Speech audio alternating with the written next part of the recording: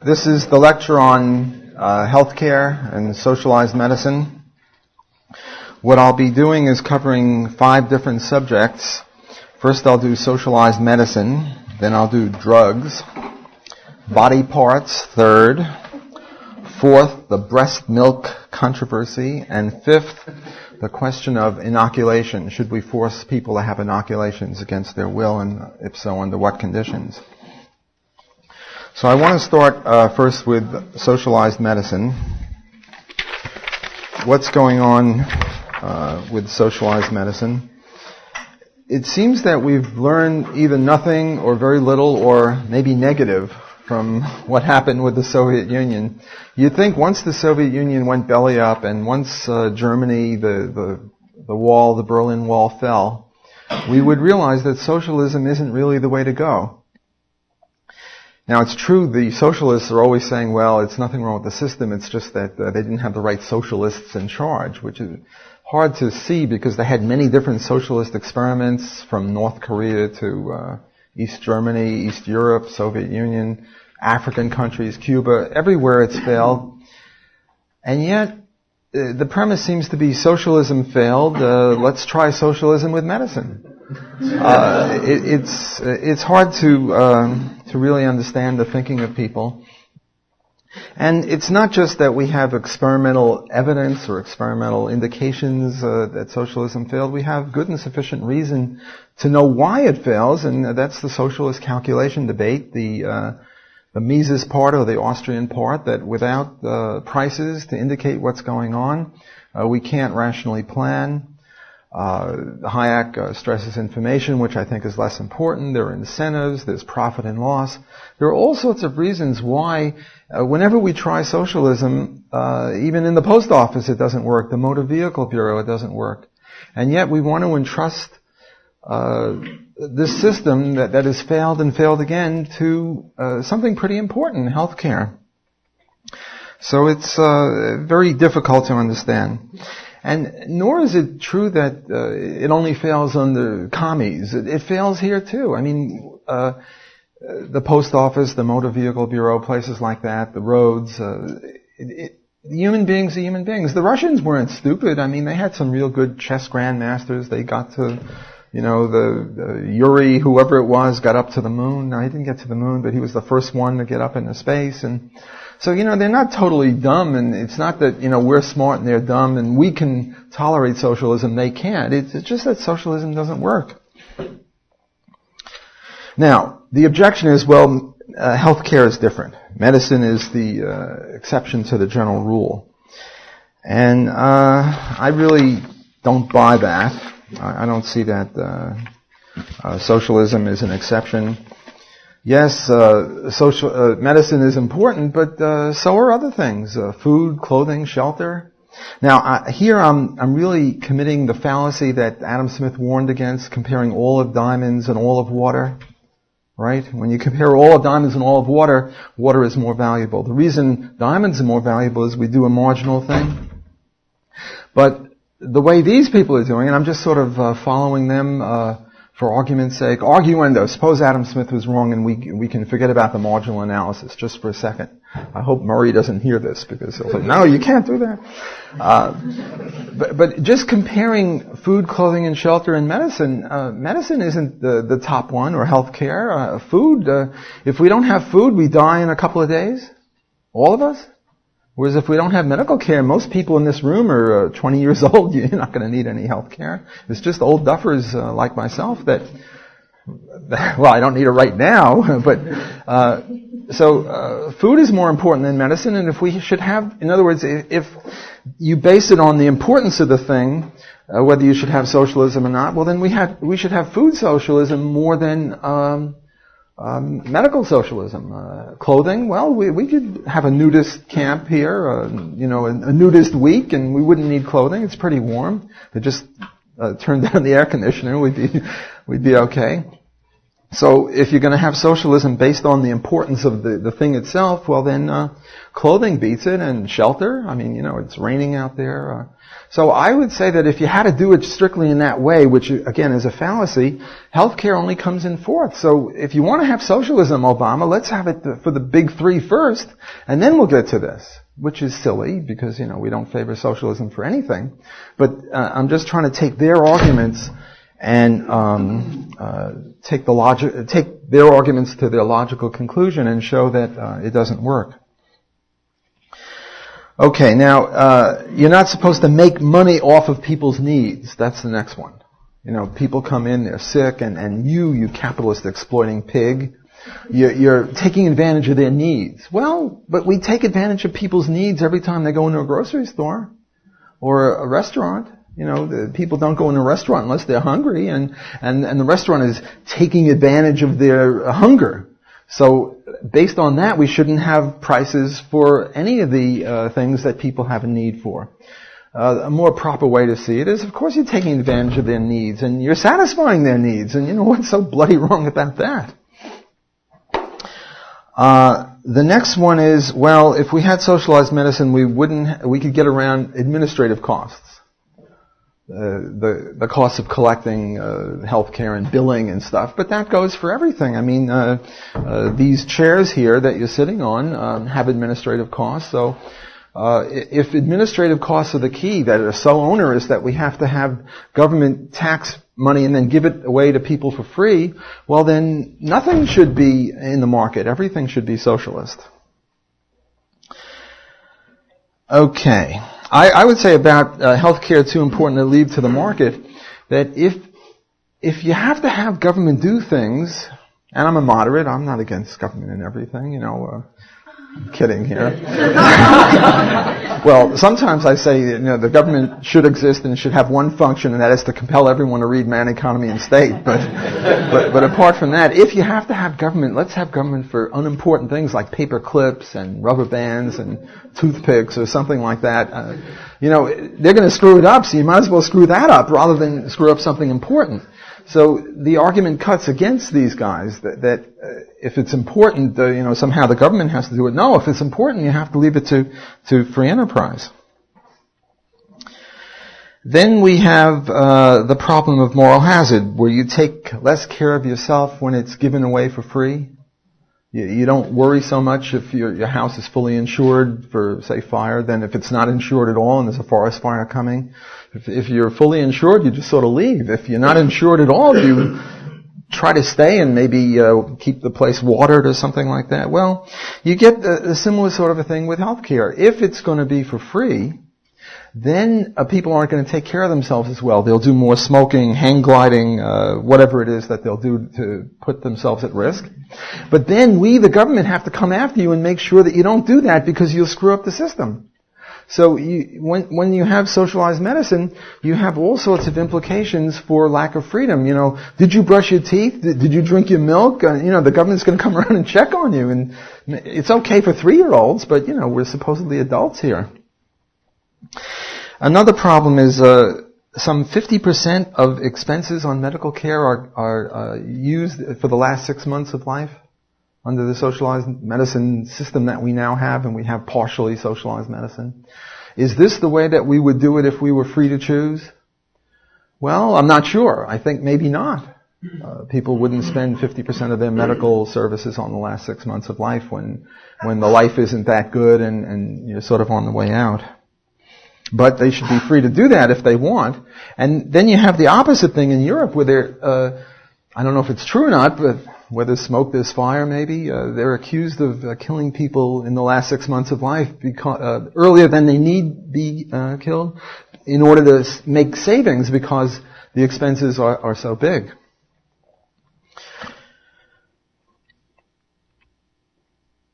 Another problem is you have long queues. Whenever you have a zero price for something, the demand is much greater than the supply.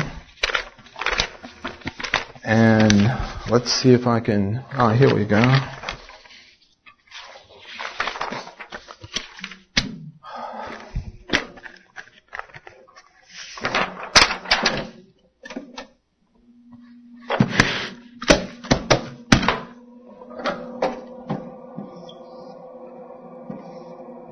if this is the supply and that's the demand, at a zero price, the quantity is much greater than the amount given. It just sort of follows from basic supply and demand. So you're going to have long queues, long waiting lists. You're going to have excess demand. People are going to want it more at a zero price. It's just an ordinary human condition that when the price is zero, you treat it at zero. I mean, if shirts were like this for zero, you wouldn't wash them. You just sort of throw them away and get another one. And if medical care is like this, as it is, well, then you're going to get long queues. In Canada, we have this situation where there are long waiting lists for various kinds of services. Can you see this in the back? No? Okay, well, I'll read it to you. I really can't pronounce most of these things, but the average waiting list in Canada for the various services, orthopedics, 25 weeks, plastic surgery, 20 weeks, ophthalmology, 22 weeks. Well, I won't read the whole thing, but the average is about 25 weeks for waiting lists, and this is very very problematic. Let me read a very poignant letter about this waiting list business. Here is a letter from a Canadian woman. My sister and her husband own and operate a cattle ranch in southwest Saskatchewan. On this ranch they have several saddle horses. About 3 years ago, one of her horses became ill and was in obvious distress. She took it to the nearest vet clinic where it was diagnosed with gallstones, apparently a very painful condition for horses as well as people. The vet recommended that the horse be operated on as soon as possible. My sister left the animal with the vet, who operated him on that very night. My sister picked up the horse 3 days later, took it home. After a couple of weeks of rest, the horse was as good as new. At about the same time, my sister's friend in the city of Saskatoon, Saskatchewan, was also diagnosed with gallstones, and the doctor recommended that she be operated on as soon as possible. There is one glitch in this. As soon as possible in Saskatchewan's Medicare system means 18 months. So this 35-year-old mother of two had to put her life on hold, endure several trips to the emergency room whenever she had an attack. She could not afford the ambulance, not covered by Medicare, so she had to take a cab every time she had one, and there she sat in an emergency room for several hours until they gave her a bunch of powerful painkillers and sent her home. All this severely curtailed her enjoyment of life, as you can well imagine. After 18 months, she was operated on. And here is the punchline. My sister pointed out that if she had made her horse wait 18 months, she would have been found herself in front of a judge answering charges of cruelty to animals, and rightfully so. No one would do that to an animal, but apparently it is acceptable to do that to humans in Canada. And this is the system that Obama is trying to foist upon us, and it's problematic, to say the least. Okay, so what is the free market answer to healthcare? Well, the free market answer to healthcare is the free market. You just have a free market and everything will run fine. Case closed, and my lecture is over. No, I'm kidding. There'll be no problems. I mean, we don't have any problems in the refrigerator industry or in the chair industry or in the wristwatch industry, and we wouldn't have any problems in any industry that free enterprise worked on. But since I have another 45 minutes to go, I might as well say a few more things. The problem is with Medicare is that, or with healthcare, is that it's so expensive. I mean, if it were really cheap, if it cost as much as a banana or an apple or something, there wouldn't be any crisis. But it's very expensive. Well, why is it so expensive? The main reason that it's so expensive is that the AMA is the strongest union in the U.S. They're really a labor union, although they're not seen as a labor union, but that's the way they function. Now, I'm not a real big fan of Milton Friedman. But in this, his chapter 9 in Capitalism and Freedom is a magnificent chapter. I recommend that highly to you. And my next couple of minutes will be based on what he says. What they do is they restrict entry. the number of medical student applications compared to acceptances to medical school is horrendous, 20 to 1, 30 to 1, things like that. And it's not as if people who are very stupid are applying to medical school and, that they can't add, they can't subtract, they're a bunch of morons, and, obviously they shouldn't go to medical school if you can't, tie your shoes. But these are very bright people who just can't get into medical school. Ronald Hamway did a wonderful book, Canadian Medicine, a study in restricted entry. And what they do is they just restrict people's entry into medical school, and as a result, the salaries that doctors get are much higher than the salaries that other people get. Can you see this? I don't know if you can see this in the back, but physicians and dentists, this is as of 2002, and I think these numbers are all too low, but I think they're relatively equally too low, so they're a good comparison. Physicians are right up at the top of the list with $160,000 a year. I have a cousin who's a doctor, and he says he makes around $700,000 a year, but he has to pay off nurses and he has to pay off malpractice and stuff, and he takes home around $350,000 a year. And this was several years ago. So I think these numbers are a bit low, but the key is the comparison. And what I'm comparing it with is not CEOs or airline pilots or judges, but rather biologists and veterinarians.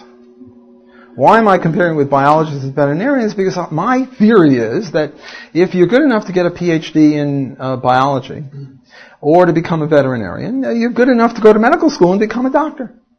So look at what the doctors are getting compared to the biologists. They're getting roughly 3 times as much, and 2.5 times as much for veterinarians. Look, an animal and a person are not that different biologically speaking, in the sense, if it has a broken arm, it's similar. And I think without too much of a leap of faith, we can say that a person who could be a vet could be a doctor with different kinds of training. Okay, now Milton Friedman has a whole litany of what's going on here. How do they restrict entry into medicine? First of all, you can't just start a new medical school. I mean, suppose I want to start the Walter Block Medical School. I go to jail. I have to get the AMA's permission. And the AMA, Ron Hamway has all these wonderful quotes at the Flexner Report in the turn of the last century, at that time when the doctors were very open. We don't want too many doctors ruining prices. Because they were good economists. They realized that when supply shifts to the right and there are more doctors, there's less money for every doctor. And they want to keep the salaries up. How do they restrict entry? Well, first, in order to become a doctor, you have to be a citizen. Or to get into medical school, you have to be a citizen. Well, what the hell has that got to do with anything? Foreign doctors can't take care of you? Then there's the point that the exams have to be in English. And this is wonderful. Now, you could see that there's some reason. I go in and I say, "You're the doctor, Jonathan, and my elbow hurts," and you start operating on my knee, and that's not good. You have to have some communication between the doctor and the patient. But do you have to know English? No. You don't have to know English because of 3 things. First of all, some patients are unconscious. You come in and you're unconscious. You don't have to talk to the guy. You just sort of sniff around or look at his blood pressure or whatever it is you do. I don't know, hit his knee and see if it goes like that. I don't know what you do. I'm no doctor. I have a doctorate, but not in medicine. So if it's an unconscious patient, you just sort of deal with the unconscious patient without language. The second one is translators. That's why God invented translators.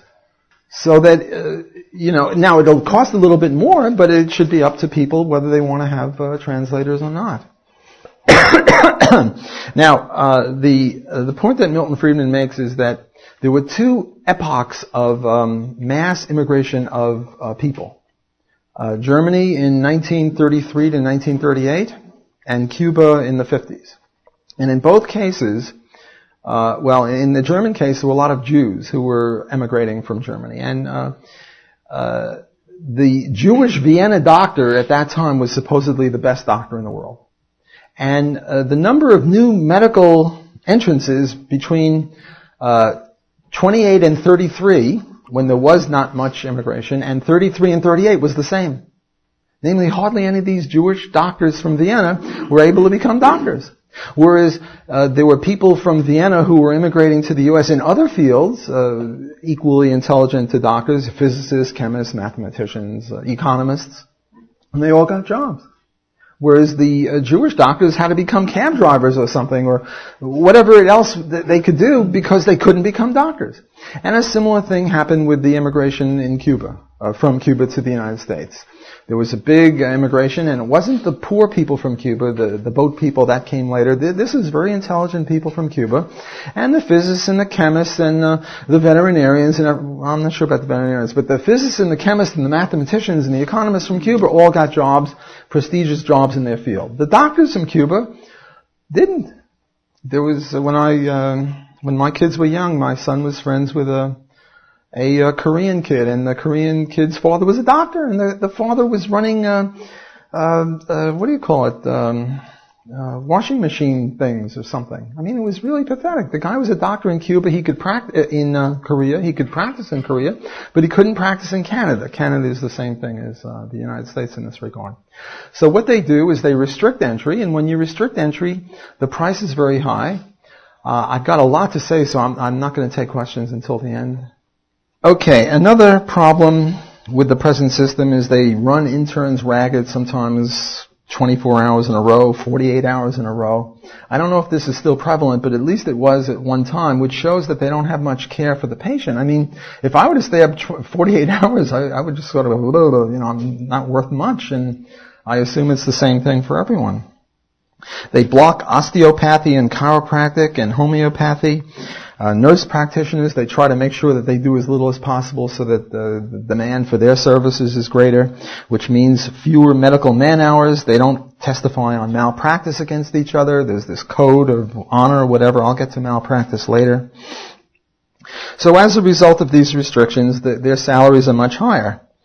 How do they get away with this? Well, one reason that they get away with it is we have a greater concentration of people as producers than as consumers. As producers, most of us produce just one thing. Medical services, economic services, cab services, whatever. Unless you work for Heinz, and then they have 57 products. But forget about that. Most people just produce one thing. And even if you work for Heinz, you probably just produce one thing. You just do the lima bean soup, you personally. Or you're a lawyer for Heinz, or something like that. So, as a producer, we just produce one thing. As a consumer, we consume how many things in a year? 10,000 different things? So we're very concentrated as producers, whereas consumers were sort of disparate. So when the producers of rubber bands come to Washington, D.C. for a subsidy, and it'll mean just 10 cents each from all of us, and they come and, it'll be big bucks for them, they'll get it. They'll wine and dine. They'll bribe. Whereas if we want to write a letter, it'll cost 43 cents plus the time, $5, and it's only 10 cents a year we're going to lose, so we have no incentive to fight them. That's why you get all these subsidies for businesses, or one of the reasons. Well, it's the same thing for doctors. A doctor's whole life is doctoring, or whole professional life is doctoring. Whereas the rest of us, how often do we go to a doctor? Well, when you're my age more, when you're your age less, but pretty much not 100%. So we have much less of an incentive to go down and testify. And what the hell do we know about medicine anyway if we testify? The doctors will say, well, what medical school did you go to? And you say, well, I didn't go to any medical school. And you're sort of dismissed.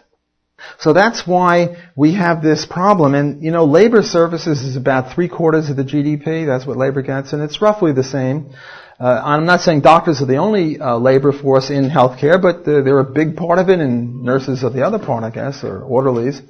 So what I'm trying to say is if we had a free market and we had free entry, we'd have many, many more doctors than we now have, and medical service would be a lot cheaper, and there wouldn't be this horrendous crisis, 43 million Americans aren't covered, yak, yak, yak. Well, 43 million no one has food insurance. Right? No one has clothing insurance. Now, ordinarily, what you have, if you have housing insurance, it's if your house burns down. You don't have housing insurance if your window breaks. For your car, you might have car insurance if you hit someone or if the whole car gets totaled, but you don't usually have insurance to change your oil. Right? But in medical, you have insurance. I have a hangnail. Fix it up. It's covered by insurance.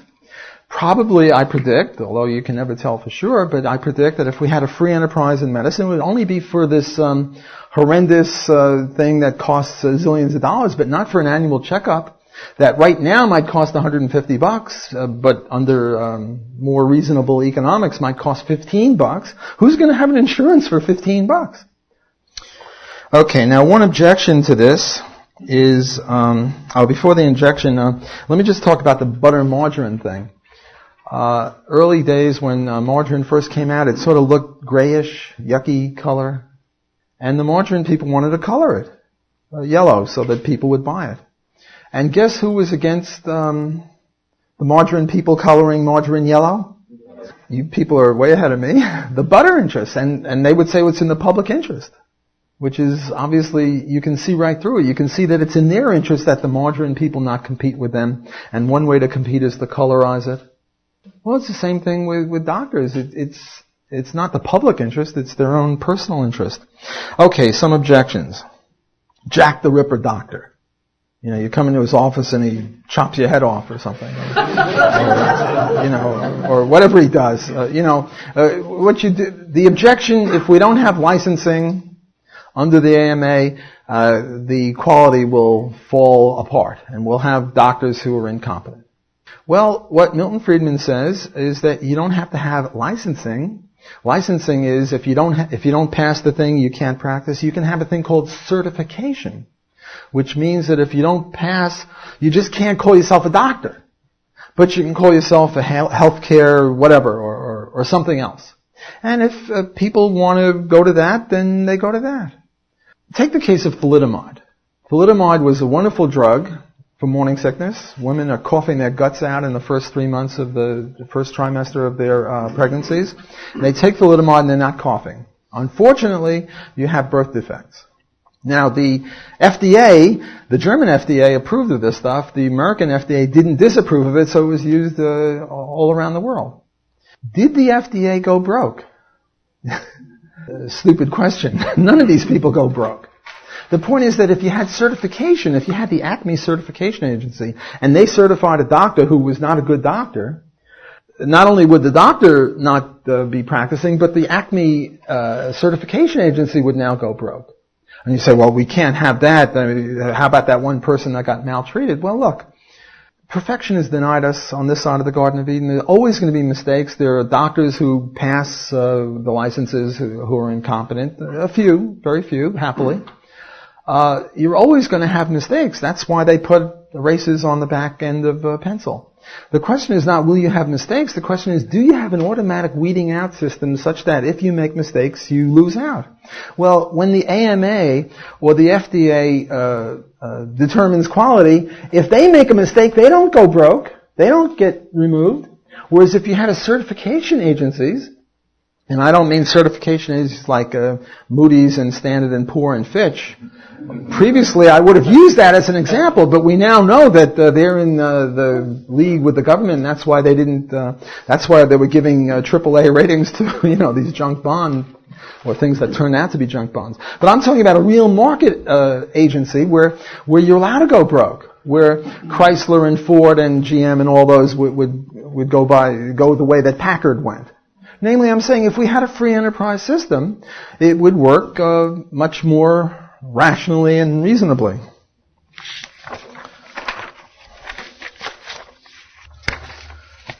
Okay, what I've now done is I've done problems on the supply side. I'm trying to say that the big problem is the supply of doctors. If we had triple the number of doctors and doctors were paid a third of what they're paying, I'm not saying that it would be triple 1/3, but to use it as an illustrative number, if we had triple the number of doctors and doctors instead of being paid what they're paid are now paid a third of what they're paid, a big part of the problem would go away. It would be, no big crisis. I mean, we don't need McDonald's insurance for McDonald's burgers, and if a doctor were as cheap as a McDonald's or maybe a little higher, the next level up from McDonald's, there'd be no crisis. Okay, so that's the supply side of it. The next is the demand side. Well, suppose we had milk socialism of the sort that they want to promote health socialism. That is, the government collects, we don't buy milk. Milk is free. The government taxes us for milk, and then we have all the milk we want. What will we do? Well, milk baths are supposed to be better for you than ordinary baths. People would take milk baths. Little kids, instead of having water gun fights, milk gun fights. Namely, when the price of something is zero, you use it as a zero, and you act rationally. I mean, look, we breathe in air. When somebody finishes a marathon and is going like this, nobody comes up to him and say, citizen, have some respect for other people. You're breathing in too much air. Well, air is free, so you can pig out on air, and nobody says squat, that you shouldn't be hogging up all the air. Well, if something is priced at zero, that means that there's plenty of it around, and you should use it rationally and have milk gun fights and milk baths, and then we'll run out of milk. And then we'll have to ration it. And then we'll have long waiting lists for milk. Whereas right now there's no milk crisis. Well, the government is screwing it up a little bit, but not so badly. Okay, the next thing I want to talk about is this business of medical malpractice. The medical malpractice thing is really weird. Maria, what does your malpractice cost? 25 to 30,000 for her. She's a what do you call it, doctor? Emergency. Other specialties have either higher or lower, and baby delivery is much higher. And I think my cousin pays like 50,000 a year in medical malpractice, and 80,000 is not unknown. What's going on here? What's going on here is that the doctors have to. You come in with a hangnail, and they're going to start X-raying your whole body and give you an MRI on your nose or something, because God forbid the hangnail is connected to. I'm exaggerating a little bit, but the point is that if you're a doctor and you're ready to be sued, and doctors are sued at the drop of a hat. Oh, I don't like the way this worked out. My hangnail is still bothering me. I'm suing you for $1 million because it's my hangnail, and now the doctor has to defend. And it costs a lot of money, lawyers, and instead of doctors taking care of people, they're worrying about defending. And so what they do is they order all sorts of tests. Oh, I'm in court. Oh, yes, I had the XYZ test, the ABC test, the yak. Because if you don't do this, you're an incompetent doctor. So you come in for, whatever it is, the hangnail, and you're having tens of thousands of dollars worth of tests. Now, how is that helping medicine? It's not. Now, you get this guy, Richard Epstein, this bum. Richard Epstein, you see, I don't mind anti-free enterprise people. They're okay. They pat their dogs. But what really bugs me is when they pose as free enterprises. Now, Richard Epstein is probably one of the most famous now that Robert Nozick has passed away. Would you say he's perhaps one of the most famous libertarians in the country? I've tangled with him on, eminent domain. There's stuff in the NYU Law Journal. What's his latest thing? His latest thing, quote, a national cap on damages. You can sort of see what he's saying. Right now the damages will be 5-10 million, and there are studies that 1/10 of the studies are wrong. The awards are wrong, that they either gave awards when they shouldn't have, or not when they should not have, or, the type 1 and type 2 errors. So you can see where he's coming from. If we cap it, then medical malpractice insurance rates will come down, and then there'll be fewer unnecessary exploratory whatevers, MRIs, CAT scans. But this isn't free enterprise. Free enterprise isn't an arbitrary government cap on anything. He should know better. What is the free enterprise solution to the medical malpractice? The free enterprise solution to the medical practice is private contracts between consenting adults. So I'm a doctor, and I say, look, if you want me to treat you, you can't sue me. And you have to sign here, you can't sue me. I don't care if I leave my stethoscope in your stomach after I close you up, you can't sue me, period. If I leave my stethoscope in your stomach, you come back, I'll take it out for free. I'm a nice guy, but you can't sue me. And now I don't have to have any medical malpractice. On the other hand, this other doctor over here says, I believe in medical malpractice, and I'm going to charge you an arm and a leg for operating on your hangnail. And now people will choose what they want. That's the free enterprise solution. Freedom. And I predict not as an Austrian economist, but just as a philological economist, that most people, when offered $10 for a hangnail with no medical malpractice and $1 zillion for the hangnail with medical malpractice, are going to consult the Harvard or the Mayo Clinic certification agency or the Johns Hopkins certification agency and say, well, this guy is certified by all three of those. I'll trust him with my hangnail. And then there's no crisis because the prices are very much lower. Okay, I'm now finished with my section on socialized medicine. The next thing I do is drugs. What's going on with the drug situation? What's going on with the drug situation is that next week I'm going to get organized and I'll be dangerous. Here we go. What's going on with the drug situation is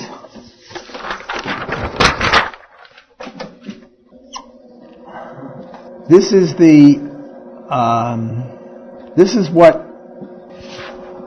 S is the ordinary supply of drugs were legalized. And the estimates are that marijuana habit would cost... marijuana is very cheap. It grows like a weed. It's not like asparagus. You have to take care of it. You sort of just put the seed down. You have to back up because it sort of attacks you like Jack and the Beanstalk stuff. It's very, very cheap. A marijuana cigarette would be, I don't know, a penny or two or something, and a weekly habit would be $5. So if it were legal, it's $5. Right now, when it's illegal, the main cost of it is not the marijuana itself, it's the fact that you go to jail if you smoke it, or if you produce it, or if you distribute it, and the same thing for cocaine and heroin. It's something like, well, you hippies ought to know. You druggies probably know better than I don't do that stuff. No, I don't. $30? No way. It's more like 1,000. For what, a cigarette? No, not one marijuana cigarette. For a habit, a heroin habit. Per week. It's much, much more. Lenny Bruce, one of my favorite characters, died not from a heroin overdose, but from impure heroin. Sort of like the equivalent of bathtub gin. I mean, when we prohibited alcohol, we had the same sort of a thing. The alcohol isn't that expensive. The reason it was so expensive is the cops and bribes and shootings and stuff like that. Much, much more expensive. When we legalized alcohol, there's no alcohol problem. Yes, there's a medical alcohol problem. People get drunk and they should go to, Alcoholics Anonymous, or go to a therapist. It's a private medical problem. It's not a social problem. Nobody's being shot in the street over, alcohol. Whereas right now, I live in New Orleans, every week there are 3 or 4 young black men who are shot. I went on a black radio TV show, Our Story. It's on the, the Mises Web, and I try to say that if you really wanted to save young black men's lives, let's legalize this stuff. Instead, they said, no, I tried reductios on them with alcohol. I said, no, let's prohibit alcohol. I mean, I had a full head of hair before I started that show. And look at me now. It was just, I was pulling it out by the handful. The reason for the crisis is the prohibition. If we legalized it, it would be like alcohol. Look, they say that, I'm no medical person, but they say that marijuana is worse than cigarettes for your health. Cigarettes are worse than marijuana, and that some forms of alcohol are worse than cocaine. I don't know. I'm just speculating about this. But they're both very dangerous substances, and I don't think it's a good idea to overindulge in either of them. But the point is that the reason we have this crisis is because of the prohibition, and if we got rid of the prohibition, we would, we'd have some sanity. We wouldn't have people shooting each other in the streets. I admit the one bad thing about this is, we wouldn't have as interesting movies. Because, half the movies are about drug running, and what would the FBI do on TV if they didn't have prohibition of... But, okay, so I concede. You see how moderate I am? I'm conceding a point. I'm conceding a point for the other side.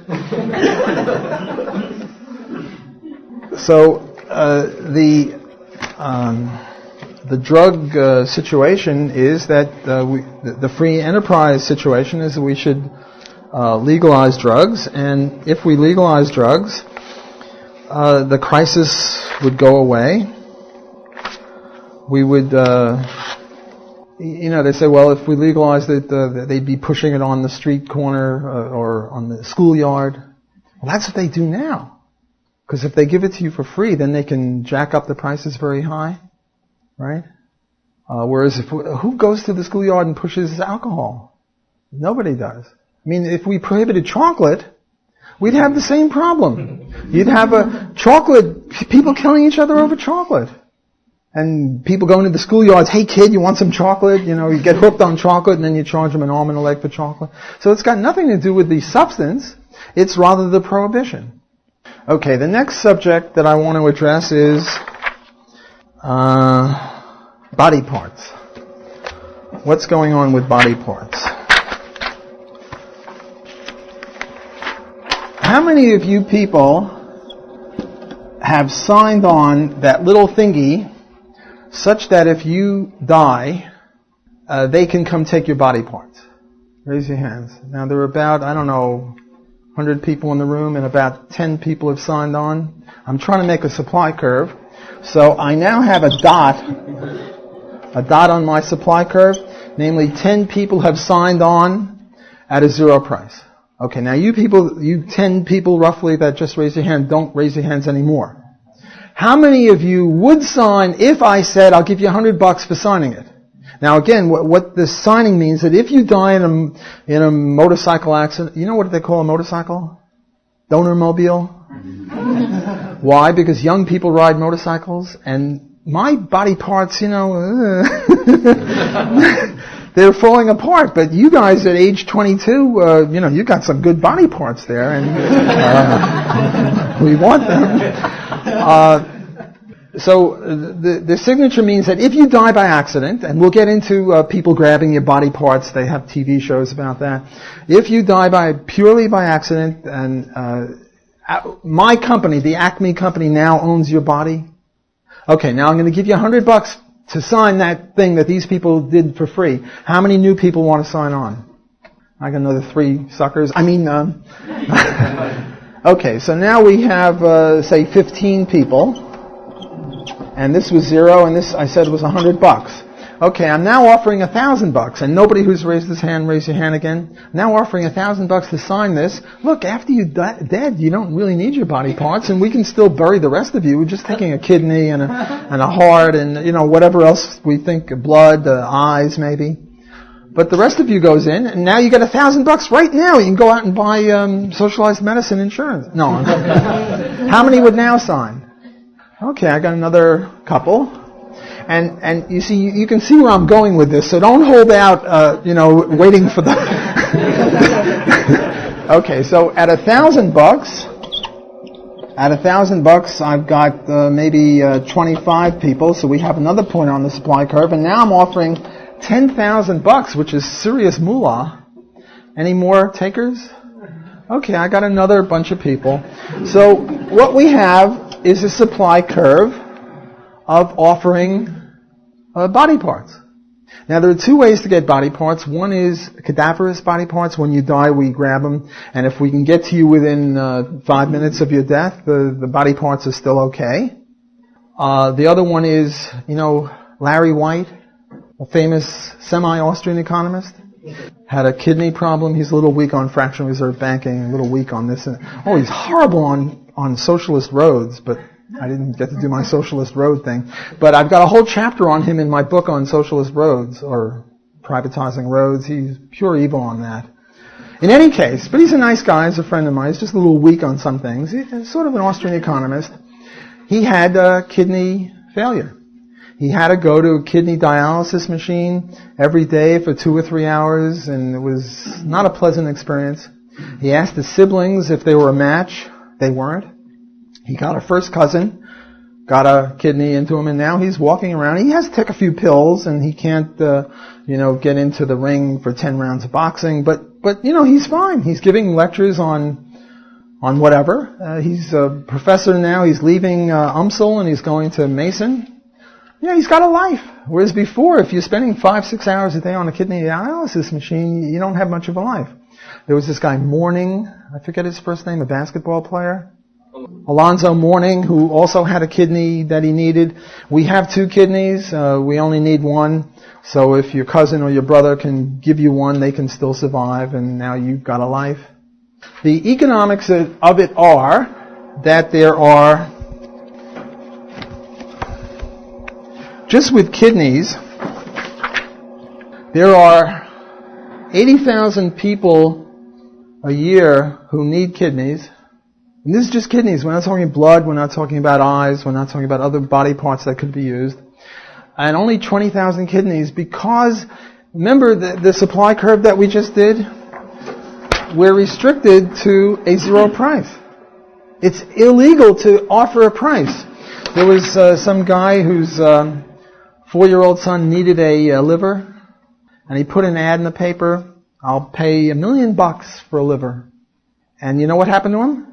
They threw him in jail for having the audacity to try to use the market to save this little baby boy's life. This is where we're at with medical socialism in the present system.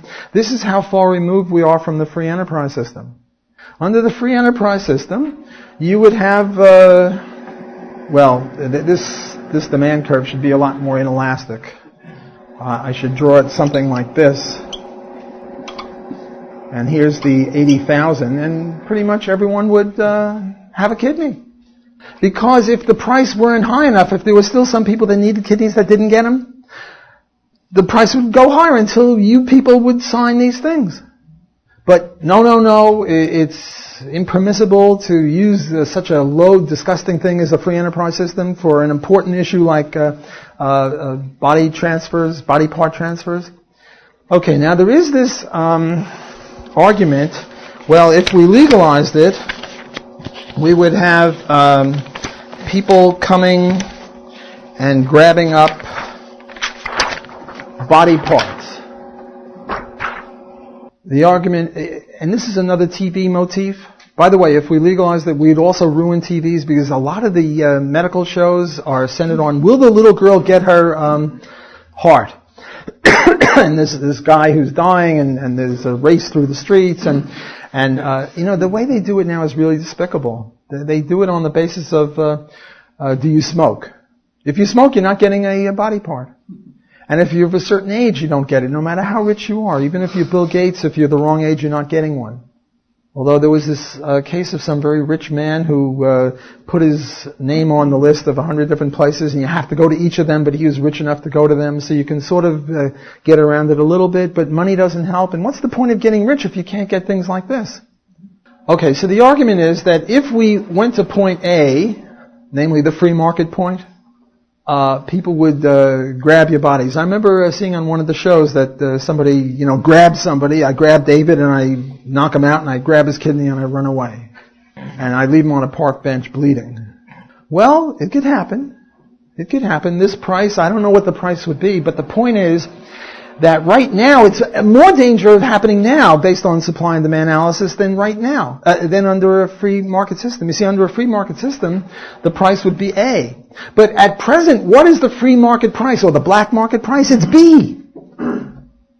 You see, what you have to do is draw a vertical line from the point of how many kidneys the market supplies at a zero price, and when you do that, you get to point B. So, to those who object to a free market in kidneys on the ground that people will grab kidneys, the point is that it's more dangerous now than it would be under the free market system. Yes, it could happen in either case, but under freedom, it would happen less likely because the price is lower. A is lower than B. Okay, the next thing I want to do is this breast milk business. Nestle got in trouble for breast milk. What happened was there are things called breast milk substitutes, powder, and what you do is you mix it with water. And Nestle gave it around, in North America it's fine. But they had the audacity to bring this product to Africa. And in Africa, the water is crummy. So when the women mixed the breast milk substitute with water, the babies got sick after a while. And since they weren't nursing, the breast milk dried up. And there was horror situation. And guess who was at fault? Nestle. Of course, Nestle is evil. They're trying to make profits off of the helplessness. They're greedy, the usual. But look, the breast milk substitute, the powder was fine. No one ever said that the powder was bad. It was the water. And I'll give you two guesses as to who was supplying the water in Africa. It's a multiple choice. Government or private? Well, it was the goddamn government that was supplying the water. So it's their fault. And now, over here we have these bottles of water. Lou is politically incorrect. You're not supposed to have bottles of water because bottles of water are greedy or something. You're not supposed to charge for water. The latest hippy-dippy left watermelon thing, red on the inside, green on the outside, is bottled water is evil. Well, of course bottled water is evil. It's capitalist water. It's secure water. Whereas you go to the government reservoirs and you don't know what you're getting. It's an adventure. So, okay, the last thing I want to do is the question of forced inoculations. Now, forced inoculations really don't belong in, don't really belong in this lecture. They belong in my lecture on external diseconomies. How many of you were here for that one? Just a few. Boy, there's a big overlap. Okay, what's going on? There was this woman called Typhoid Mary, and she was working in a cafeteria and she was spreading typhoid disease. Is she a murderer? No, because to be a murderer you have to have mens rea, you have to have a purposeful intent to kill. She was totally innocent. She didn't realize she had it. She just spread it. Now, I'm not a medical person, so I don't know if you can spread this by coughing or not, but if you could spread it by coughing, what would we do in the free society, whether we had a limited government or private market defense agencies? What would we do with a woman who, when she coughs, kills people? We'd quarantine her. We'd quarantine her because she's not a murderer, but she's a killer. Right? I mean, she's engaging in uninvited border crossings, like punching people or raping people. She's doing it inadvertently. It's sort of you sleepwalk and then you rape somebody. I'm going to rape you by sleepwalking. If I do that, I'm innocent. I wake up, me, I didn't do it. Blah, blah, blah. But I did it. So you got to stop me, right? Now, if with regard to forced inoculations, if you didn't get an inoculation and you were like Typhoid Mary, then we'd make you get the inoculation, or we'd quarantine you. It sounds a little harsh. But the burden of proof is on he who wants to initiate violence. You just can't say, well, maybe there's a chance, there's a percentage chance. Where's the young lady I was talking to about that? Yeah, this young lady brought this up and we were having a chat about that, and that's why I thought I'd bring this up. It's an interesting medical kind of an issue. Now, Murray Rothbard wrote this magnificent piece. Remember, this is, the way I see it, it's not really a medical problem, it's more an external diseconomy problem. Murray wrote this piece that I recommend very highly to just Google the Mises Web, Rothbard, and air pollution. And you'll get Murray's magnificent essay on environmentalism, which I think is the best thing that's ever been done on environmentalism. And what Murray says is if it's, what's your name? Henry. Henry, if I take Henry and I punch him, I'm guilty. But if I do something that maybe 20% of the time ends up with him having a sore arm, that's very different.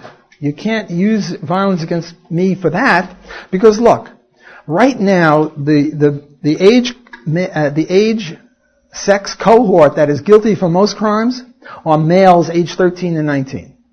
Right? Let's stipulate that that's true. That a disproportionate amount of crime is done by males 13 and 19. So if you buy this percentage stuff, like, does smoking cigarettes cause cancer? Well, there's a correlation, but it's not like a one-to-one punch. It's some people smoke 20 packs a day for 90 years and then they die of old age. Other people breathe in and they die of cancer from secondary smoke. It's a percentage thing. So what Murray is saying is you can't indict people for a percentage crime. It has to be a direct crime. Because if you could indict people for a percentage thing, like if I do something, there's more likelihood of something bad happening, well then what we would do is take every 12-year-old boy and put him in jail and let him out when he was 20. Which is not exactly congruent with libertarianism. It's close, but, not really. Now, what about people who are allergic to peanuts? I chew peanuts. I don't spit it at them. I just chew peanuts and they keel over. Well, Murray's point is, look, if the law has to be for normal people. If you're the type of person that needs an oxygen tent to survive, don't go outside without one and expect everyone else to act in such a way that you don't need the oxygen tent.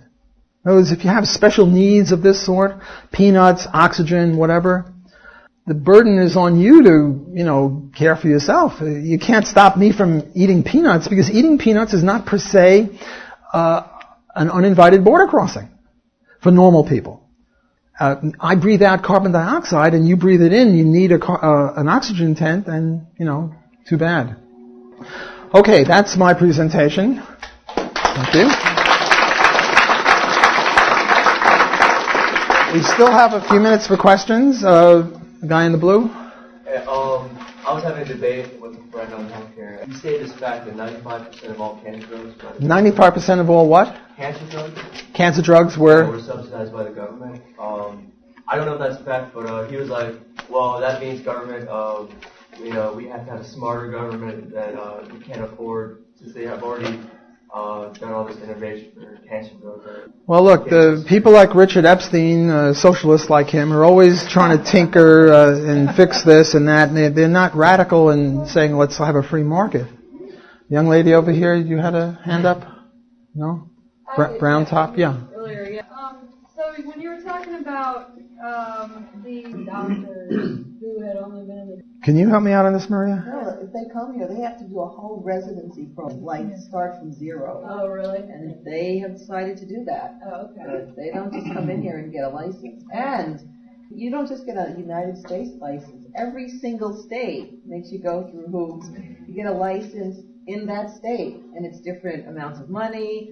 It's all this paperwork, and it's, you can't just go somewhere and practice.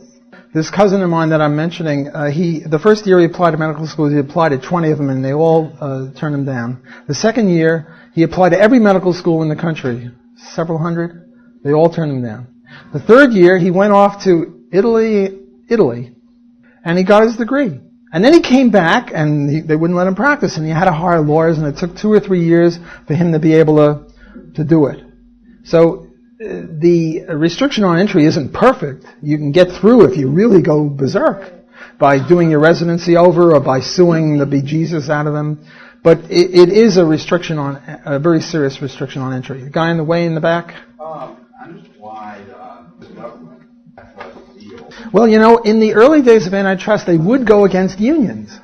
They would sue unions for restraint of trade. But, we're a progressive society, we can't do that. Look, if the Treasury Department that is against fraud were to really go against fraud, they'd arrest the people in the Fed. If the antitrust people were serious, they'd arrest the post office or the AMA. They're not serious, is the answer. Yeah. How would you get rid of large unions? How would you get rid of large unions? Yeah. Well, unions deserve a 15-minute answer. I'll give you a 15-second answer. The unions are not per se contrary to libertarianism, only if they restrict entry.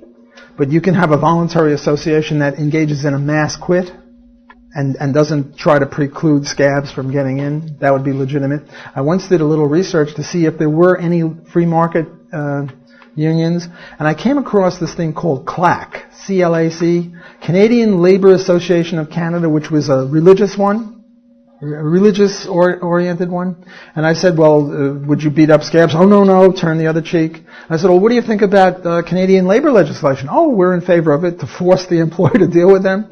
There are no voluntary unions that I've been able to find out. So while theoretically a union could be compatible with the market, there aren't any. Guy in the black? I just want to clarify, the difference between licensing and what you talked about being certified, being certified basically says, okay, it's based on what you can call what you can call yourself, but not someone. No. A license, if you don't get the license, you can't practice, and if you try to practice, they throw you in jail. A CPA is a certified public accountant, and they are certified to do certain things. But if you're not certified, you can just be a public accountant and do accounting for other people that don't require a CPA. So it's the difference between a CPA, which is just certified, not a license. There's no PA, licensed public accountant. There's only certified. So we would put medicine on the footing of accountancy. I think my time is up.